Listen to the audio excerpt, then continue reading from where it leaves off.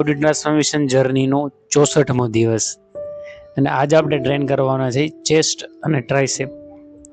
દોસ્તો આજે આપણે વાત કરી હતી કે જો તમે નવા એક્સરસાઇઝ કરવાનું ચાલુ કર્યું હોય, તમે બિગિનર્સ હોય તો ટાઈમ છે એનું ધ્યાન રાખવું બહુ જરૂરી છે.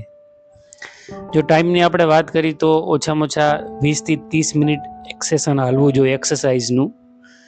તમે નવા હોય તો પ્રિફર કરો કે સવારે એક્સરસાઇઝ કરો. આપણે વાત કરી હતી તમે સાંજે પણ કરી શકો છો, પણ સાંજે બોડી જાય છે ભાગે એક્ટિવ મોડમાં વહી જાય છે, એને લીધે સ્લીપમાં પણ ઘણા બધા ઇસ્યુ આવી શકે છે.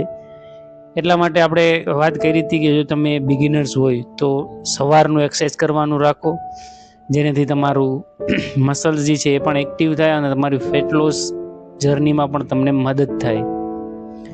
તો સવારના એક્સરસાઇઝ કરવાના ઘણા બધા બેનિફિટ પણ છે. આખો દિવસ તમારો સારો રહે, ફૂર્તીલો જાય અને બોડી છે એ એક્ટિવ થાય. એટલા માટે ટ્રાય કરો, મોર્નિંગમાં એક્સરસાઇઝ કરો અને એક્સરસાઇઝનો ટાઈમ છે એને 20 થી 30 મિનિટની અંદર રાખો જો તમે નવા હોવ તો.